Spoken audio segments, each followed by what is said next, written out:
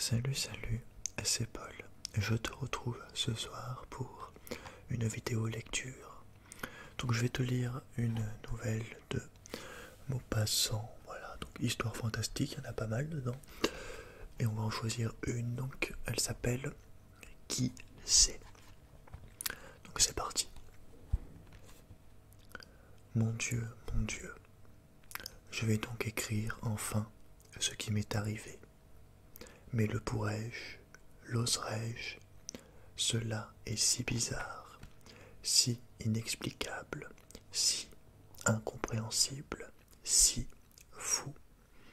Si je n'étais sûr de ce que j'ai vu, sûr qu'il n'y a eu, dans mes raisonnements, aucune défaillance, aucune erreur dans mes constatations, pas de lacune dans la suite inflexible de mes observations, je me croirais un simple halluciné, le jouet d'une étrange vision. Après tout, qui sait? Je suis aujourd'hui dans une maison de santé, mais j'y suis entré volontairement, par prudence, par peur. Un seul être connaît mon histoire, le médecin d'ici. Je vais l'écrire, je ne sais trop pourquoi, pour m'en débarrasser, car je la sens en moi comme un intolérable cauchemar. La voici. J'ai toujours été un solitaire, un rêveur, une sorte de philosophe isolé, bienveillant, content de peu, sans aigreur contre les hommes et sans rancune contre le ciel. J'ai vécu seul, sans cesse, par suite d'une sorte de gêne qu'insinue en moi la présence des autres. Comment expliquer cela? Je ne le pourrai. Je ne refuse pas de voir le monde, de causer, de dîner avec des amis. Mais lorsque je les sens depuis longtemps près de moi, même les plus familiers, ils me lassent, me fatiguent, m'énervent, et j'éprouve une envie grandissante, harcelante, de les voir partir ou de m'en aller, d'être seul. Cette envie est plus qu'un besoin, c'est une nécessité irrésistible. Et si la présence des gens avec qui je me trouve continuait, si je devais non pas écouter, mais entendre longtemps encore leur conversation, il m'arriverait, sans aucun doute, un accident. Lequel? Ah, qui sait? Peut-être une simple syncope, oui, probablement. J'aime tant être seul que je ne puis même supporter le voisinage d'autres êtres dormant sous mon toit. Je ne puis habiter Paris parce que j'y agonise indéfiniment. Je meurs moralement et suis aussi supplicié dans mon corps et dans mes nerfs par cette immense foule qui grouille, qui vit autour de moi, même quand elle dort. Ah, le sommeil des autres m'est plus pénible encore que leurs paroles, et je ne peux jamais me reposer.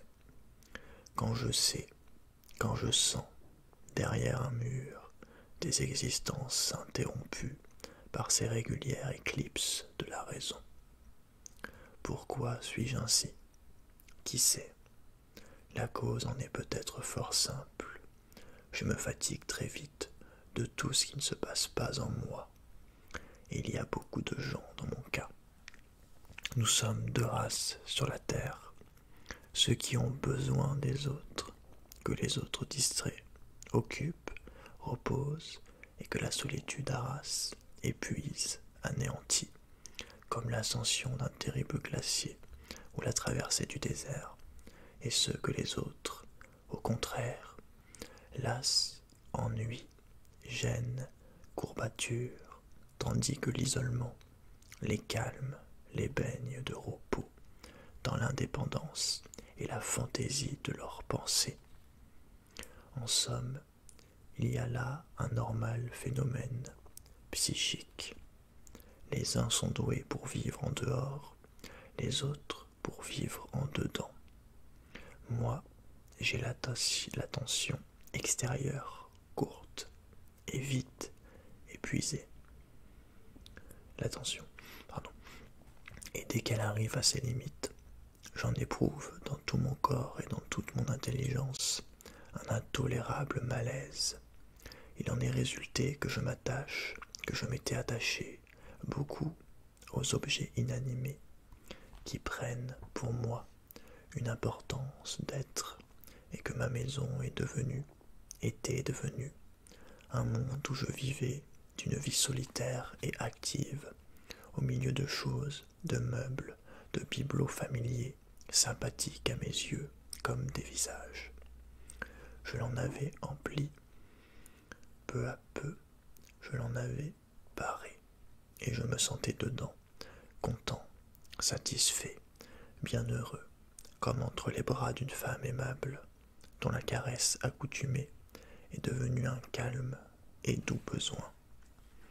J'avais fait construire cette maison dans un beau jardin qui l'isolait des routes et à la porte d'une ville où je pouvais trouver, à l'occasion, les ressources de société, c'est-à-dire des gens à qui parler, de la compagnie, dont je sentais par moments le désir. Tous mes domestiques couchés dans un bâtiment éloigné, au fond du potager, qu'entourait un grand mur. L'enveloppement obscur des nuits, dans le silence de ma demeure perdue, cachée, noyée sous les feuilles des grands arbres, m'était si reposant et si bon que j'hésitais chaque soir, pendant plusieurs heures, à me mettre au lit pour le savourer plus longtemps. Ce jour-là, on avait joué Sigurd au théâtre de la ville. C'était la première fois que j'entendais ce beau drame musical et féerique, et j'y avais pris un vif plaisir. Je revenais à pied d'un pas allègre, la tête pleine de phrases sonores et le regard hanté par de jolies visions. Il faisait noir, noir, mais noir au point que je distinguais à peine la grande route et que je faillis, plusieurs fois, culbuter dans le fossé. De l'octroi, chez moi, il y a 1 kilomètre environ, peut-être un peu plus, soit 20 minutes de marche lente.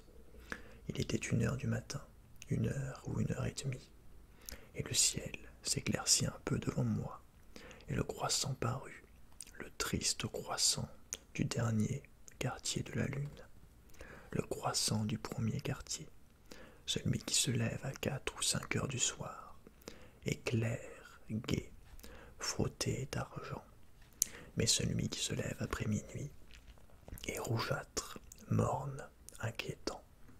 C'est le vrai croissant du sabbat. Donc là, je te dis jusqu'au sabbat que au Moyen-Âge, le sabbat était un rassemblement nocturne de sorciers et de sorcières. Tous les noctambules ont dû faire cette remarque. Le premier, fût-il mince comme un fil, jette une petite lumière joyeuse qui réjouit le cœur et dessine sur la terre des ombres nettes. Le dernier répand à peine une lueur mourante, si terne qu'elle ne fait presque pas d'ombre. J'aperçus au loin la masse sombre de mon jardin, et je ne sais d'où me vint une sorte de malaise à l'idée d'entrer là-dedans. Je ralentis le pas, il faisait très doux. Le gros tas d'arbres avait l'air d'un tombeau où ma maison était ensevelie. J'ouvris ma barrière et je pénétrai dans la longue allée de sycomores qui s'en allait vers le logis, arqué en voûte comme un haut tunnel, traversant des massifs opaques et contournant des gazons où les corbeilles de fleurs plaquaient sous les ténèbres pâlies des taches ovales aux nuances indistinctes. En s'approchant de la maison, un trouble bizarre me saisit. Je m'arrêtai, on n'entendait rien. Il n'y avait pas dans les feuilles un souffle d'air. Qu'est-ce que j'ai donc, pensai-je. Depuis 10 ans, je rentrais ainsi, sans que jamais la moindre inquiétude me défleurait. Je n'avais pas peur. Je n'ai jamais eu peur la nuit. La vue d'un homme, d'un maraudeur, d'un voleur m'aurait jeté une rage dans le corps, et j'aurais sauté dessus sans hésiter. J'étais armé d'ailleurs. J'avais mon revolver, mais je n'y touchais point, car je voulais résister à cette influence de crainte qui germait en moi. Qui était-ce Qu'était-ce, pardon, un pressentiment, le pressentiment mystérieux qui s'empare des sens des hommes quand ils vont voir de l'inexplicable, peut-être, qui sait. À mesure que j'avançais, j'avais dans la peau des tressaillements, et quand je fus devant le mur, aux auvents clos de ma vaste demeure, je sentis qu'il me faudrait attendre quelques minutes avant d'ouvrir la porte et d'entrer dedans. Alors, je m'assis sur un banc sous les fenêtres de mon salon. Je restai là, un peu vibrant, la tête appuyée contre la muraille, les yeux ouverts sur l'ombre des feuillages. Pendant ces premiers instants, je ne remarquai rien d'insolite autour de moi. J'avais dans les oreilles quelques ronflements, mais cela m'arrive souvent. Il me semble parfois que j'entends passer des trains, que j'entends sonner des cloches, que j'entends marcher une foule. Puis bientôt, ces ronflements devinrent plus distincts, plus précis, plus reconnaissables. Je m'étais trompé. Ce n'était pas le bourdonnement ordinaire de mes artères qui m'était dans les oreilles, ces rumeurs, mais un bruit très particulier, très confus, cependant, qui venait, à n'en point douter, de l'intérieur de ma maison. Je le distinguais à travers le mur, ce bruit continu, plutôt une agitation qu'un bruit, un remuement vague, ouais, d'un tas de choses, comme si on eût secoué, déplacé, traîné doucement tous mes meubles. Oh, je doutais, pendant un temps assez long encore, de la sûreté de mon oreille. Et il est long ce truc, mais l'ayant collé contre un auvent pour mieux percevoir ce trouble étrange de mon logis, je demeurais convaincu, certain qu'il se passait chez moi quelque chose d'anormal et d'incompréhensible. Je suis désolé, il y a une connasse qui sait pas ouvrir une porte. Je n'avais pas peur, mais j'étais, comment exprimer cela, effaré d'étonnement. Je n'armais pas mon revolver, devinant fort bien que je n'en avais nul besoin.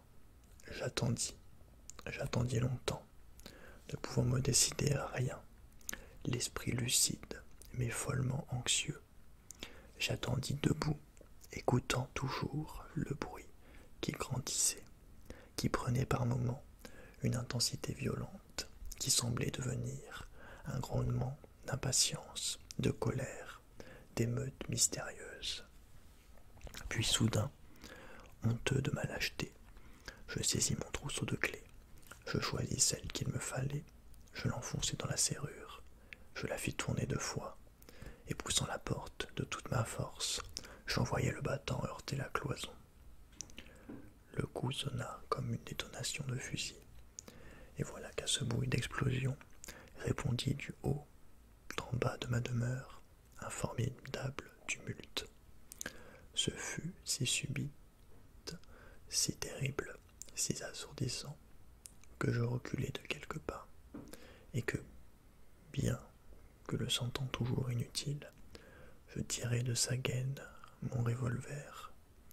J'attendis encore, oh, peu de temps.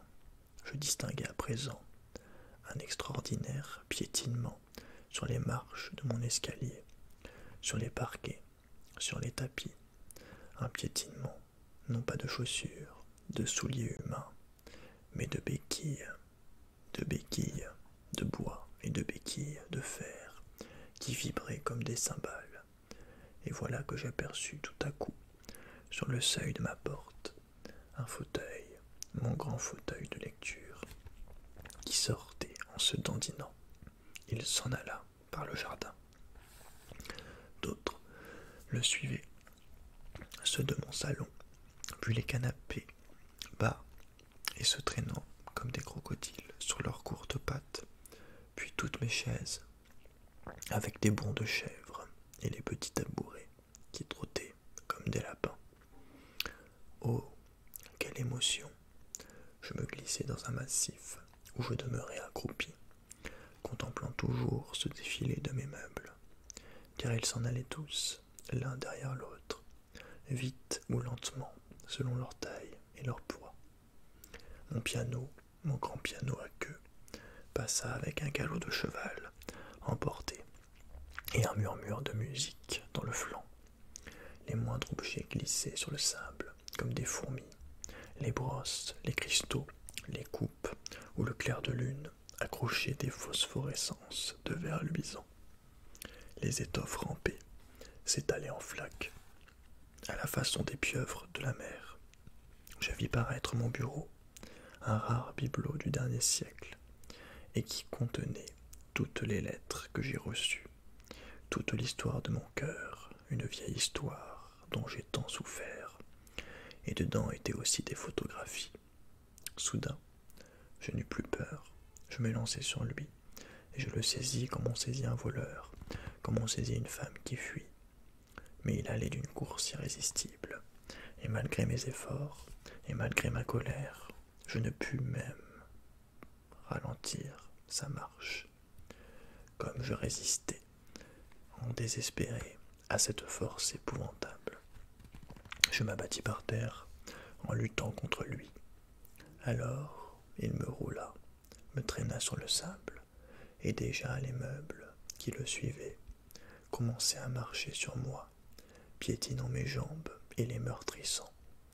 Puis quand je l'eus lâché, les autres passèrent sur mon corps, ainsi qu'une charge de cavalerie sur un soldat tombé de sa monture.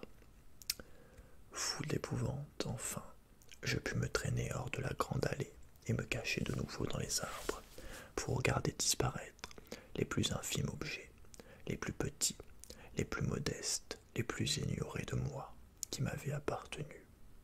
Puis j'entendis au loin, dans mon logis sonore, à présent, comme les maisons vides, un formidable bruit de portes refermées. Elles claquèrent du haut en bas de la demeure, jusqu'à ce que celle du vestibule que j'avais ouverte moi-même, insensé, pour ce départ, se fut close. Enfin, la dernière. Je m'enfuis aussi, courant vers la ville, et je ne repris mon sang-froid que dans les rues, en rencontrant des gens attardés. J'allais sonner à la porte d'un hôtel où j'étais connu. J'avais battu avec mes mains mes vêtements pour en détacher la poussière, et je racontais que j'avais perdu mon trousseau de clés, qui contenait aussi celle du potager où couchaient mes domestiques, en une maison isolée, derrière le mur de clôture qui préservait mes fruits et mes légumes de la visite des maraudeurs. Je m'enfonçai jusqu'aux yeux dans le lit qu'on me donna, mais je ne pus dormir, et j'attendis le jour en écoutant bondir mon cœur. J'avais ordonné qu'on prévînt mes gens dès l'aurore, et mon valet de chambre heurta ma porte à 7 heures du matin. Son visage semblait bouleversé. « Il est arrivé cette nuit un grand malheur, monsieur, dit-il. »« Quoi donc ?» ?»« On a volé tout le mobilier de monsieur, tout, jusqu'aux plus petits objets. » Cette nouvelle me fit plaisir. Pourquoi ? Qui sait ? J'étais fort maître de moi, sûr de dissimuler, de ne rien dire à personne de ce que j'avais vu, de le cacher, de l'enterrer dans ma conscience comme un effroyable secret. Je répondis alors, ce sont les mêmes personnes qui m'ont volé mes clés. Il faut prévenir tout de suite la police. Je me lève et je vous y rejoindrai dans quelques instants. L'enquête dura 5 mois. On ne découvrait rien. On ne trouva ni le plus petit de mes bibelots, ni la légère trace des voleurs. Parbleu, si j'avais dit ce que je savais, si je l'avais dit, on m'aurait enfermé, moi, pas les voleurs, mais l'homme qui avait pu voir une pareille chose. Oh, je sus me taire, mais je ne remeublerai pas ma maison. C'était bien inutile. Cela aurait recommencé toujours. Je n'y voulais plus rentrer. Je n'y rentrai pas. Je ne la revis point. Je vins à Paris, à l'hôtel, et je consultai des médecins sur mon état nerveux qui m'inquiétait beaucoup depuis cette nuit déplorable. Ils m'engagèrent à voyager. Je suivis leurs conseils. Je commençai par une excursion en Italie. Le soleil me fit du bien. Pendant 6 mois, j'irai de Gênes à Venise, de Venise à Naples, puis je parcourus la Sicile, terre admirable par sa nature et ses monuments reliques laissés par les Grecs et les Normands. Je passai en Afrique, je traversai pacifiquement ce grand désert jaune et calme, où errent des chameaux, des gazelles et des Arabes vagabonds, où dans l'air léger et transparent ne flotte aucune hantise, pas plus la nuit que le jour. Je rentrai en France par Marseille, et malgré la gaieté provençale, la lumière diminuée du ciel m'attrista. Je ressentis en revenant sur le continent l'étrange impression d'un malade qui se croit guéri et qu'une douleur sourde prévient que le foyer du mal n'est pas éteint. Puis je revins à Paris. Au bout d'un mois, je m'y ennuyais. C'était à l'automne, et je voulus faire, avant l'hiver, une excursion à travers la Normandie que je ne connaissais pas.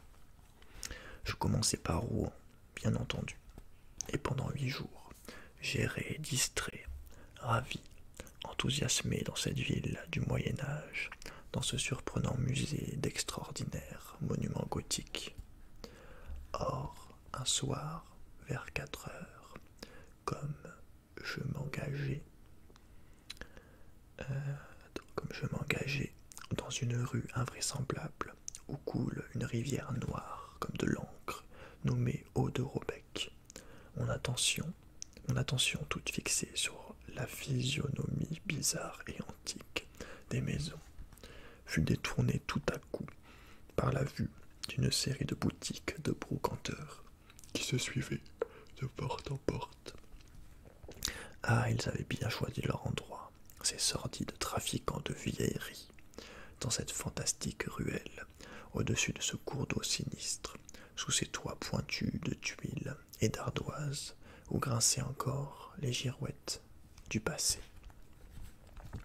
Au fond des noirs magasins, on voyait s'entasser les bahuts sculptés, les faïences de Rouen, de Nevers, de Moustier, des statues peintes, d'autres en chêne, des Christ, des Vierges, des saints, des ornements d'église, des chasubles, des chapes, même des vases sacrés, et un vieux tabernacle en bois doré, d'où Dieu avait déménagé. Oh, les singulières cavernes, en ces hautes maisons, en ces grandes maisons, pleines des caves au grenier, d'objets de toute nature, dont l'existence semblait finie, qui survivaient à leur naturel possesseur, à leur siècle, à leur temps, à leur mode, pour être achetés, comme curiosité, par les nouvelles générations. Ma tendresse pour les bibelots se réveillait dans cette cité d'antiquaires. J'allais de boutique en boutique, traversant deux enjambées les ponts de 4 planches pourries, jetées sur le courant nauséabond de l'eau de Robec. Miséricorde, quelle secousse! Une de mes plus belles armoires m'apparut au bord d'une voûte encombrée d'objets et qui semblait l'entrée des catacombes d'un cimetière de meubles anciens. Je m'approchai, tremblant de tous mes membres, tremblant tellement que je n'osais pas la toucher. J'avançai la main, j'hésitais. C'était bien elle pourtant, une armoire Louis XIII unique, reconnaissable par quiconque avait pu la voir une seule fois. Jetant soudain les yeux un peu plus loin vers les profondeurs plus sombres de cette galerie, j'aperçus 3 de mes fauteuils, couverts de tapisseries au petit point, puis plus loin encore, mes 2 tables Henri II, si rares qu'on venait les voir de Paris. Songez à l'état de mon âme, et j'avançai perclus, agonisant d'émotion, mais j'avançai, car je suis brave, J'avançai, comme un chevalier des époques ténébreuses, pénétrant d'un séjour de sortilège.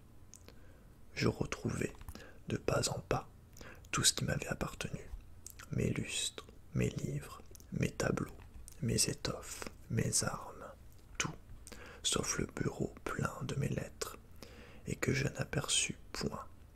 J'allai, descendant à des galeries obscures, pour remonter ensuite aux étages supérieurs. J'étais seul, j'appelai, on ne répondait point. J'étais seul, il n'y avait personne dans cette maison vaste et tortueuse, comme un labyrinthe. La nuit vint, et je dus m'asseoir dans les ténèbres sur une de mes chaises, car je ne voulais point m'en aller. De temps en temps, je criais « Hola, hola » à quelqu'un.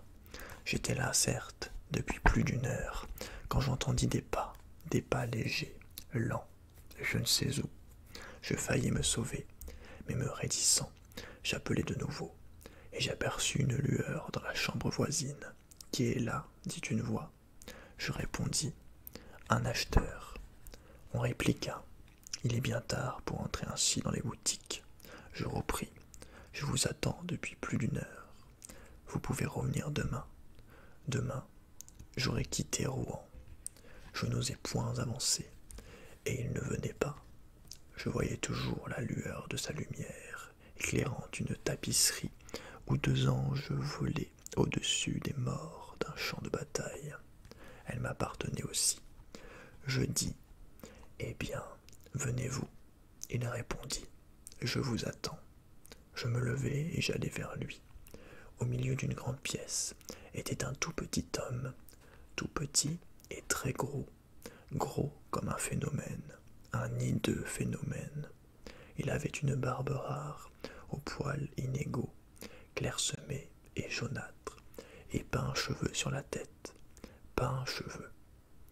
Comme il tenait sa bougie élevée à bout de bras pour m'apercevoir, son crâne m'apparut comme une petite lune dans cette vaste chambre encombrée de vieux meubles. La figure était ridée et bouffie, les yeux imperceptibles. Je marchandai 3 chaises qui étaient à moi et les payai sur le champ, une grosse somme, en donnant simplement le numéro de mon appartement à l'hôtel. Elle devait être livrée le lendemain, avant 9 heures. Puis je sortis. Il me reconduisit jusqu'à sa porte, avec beaucoup de politesse. Je me rendis ensuite chez le commissaire central de la police, à qui je racontai le vol de mon mobilier et la découverte que je venais de faire. Il demanda séance tenante des renseignements par télégraphe au parquet qui avait instruit l'affaire de ce vol, en me priant d'attendre la réponse. 1 heure plus tard, elle lui parvint tout à fait satisfaisante pour moi.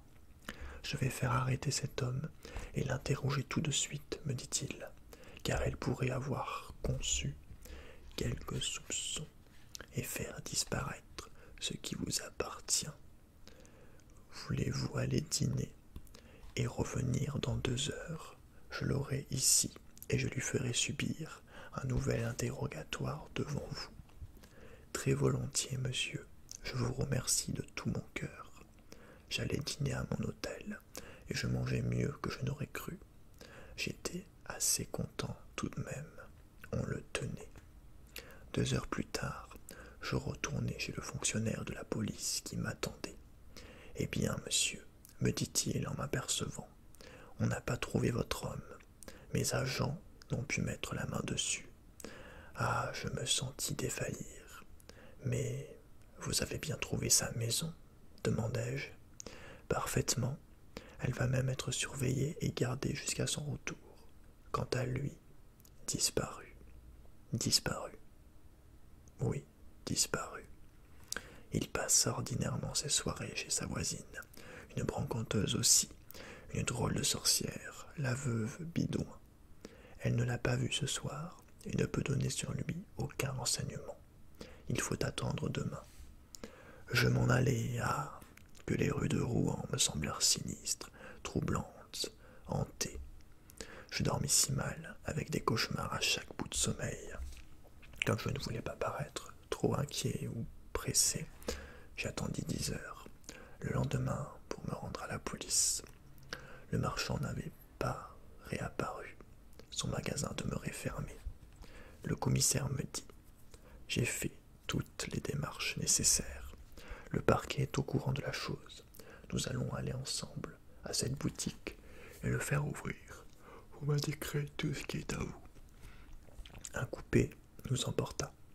Des agents stationnés avec un serrurier devant la porte de la boutique qui fut ouverte.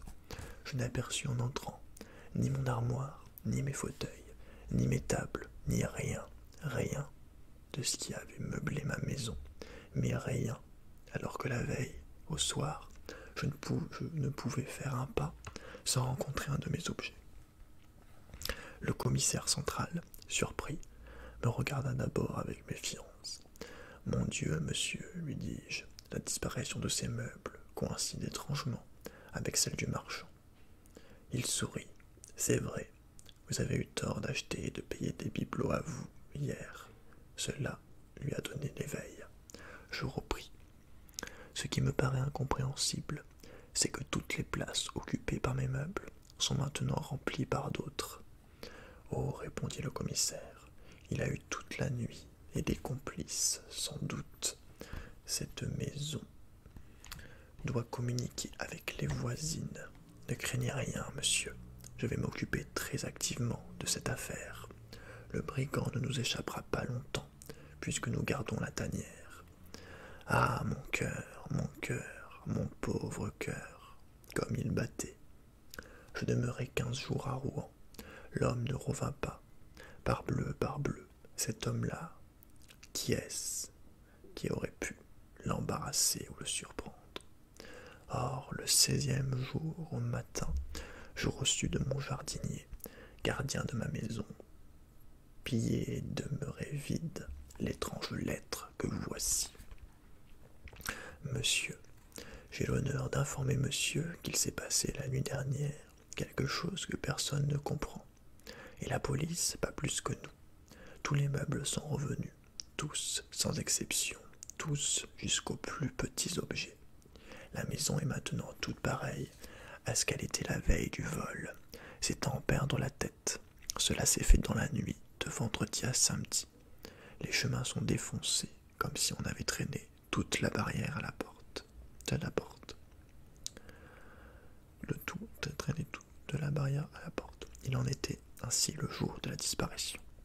Nous attendons, monsieur, dont je suis le très humble serviteur, Rodin Philippe. Ah, mais non, je n'y retournerai pas. Je portai la lettre au commissaire de Rouen. C'est une restitution très adroite, dit-il. Faisons les morts, nous passerons l'homme un de ces jours. Mais on ne l'a pas passé. Non, ils ne l'ont pas passé. Et j'ai peur de lui maintenant, comme si c'était une bête féroce, lâchée derrière moi. Introuvable. Il est introuvable, ce monstre à crâne de lune. On ne le prendra jamais. Il ne reviendra point chez lui. Que lui emporte à lui. Il n'y a que moi qui peux le rencontrer. Et je ne veux pas. Et s'il revient, s'il rentre dans sa boutique, qui pourra prouver que mes meubles étaient chez lui? Il n'y a contre lui que mon témoignage, et je sens bien qu'il devient suspect. Ah, mais non, cette existence n'était plus possible, et je ne pouvais pas garder le secret de ce que j'ai vu. Je ne pouvais pas continuer à vivre, comme tout le monde, avec la crainte que des choses pareilles recommençassent. Je suis venu trouver le médecin qui dirige cette maison de santé, et je lui ai tout raconté. Après m'avoir interrogé longtemps, il m'a dit: « Consentiriez-vous, monsieur, à rester quelque temps ici? » « Très volontiers, monsieur. Vous avez de la fortune? » « Oui, monsieur. » « Vous voulez un pavillon isolé? » « Oui, monsieur. » « Voudrez-vous recevoir des amis? » « Non, monsieur. Non, personne. L'homme de Rouen pourrait oser, par vengeance, me poursuivre ici.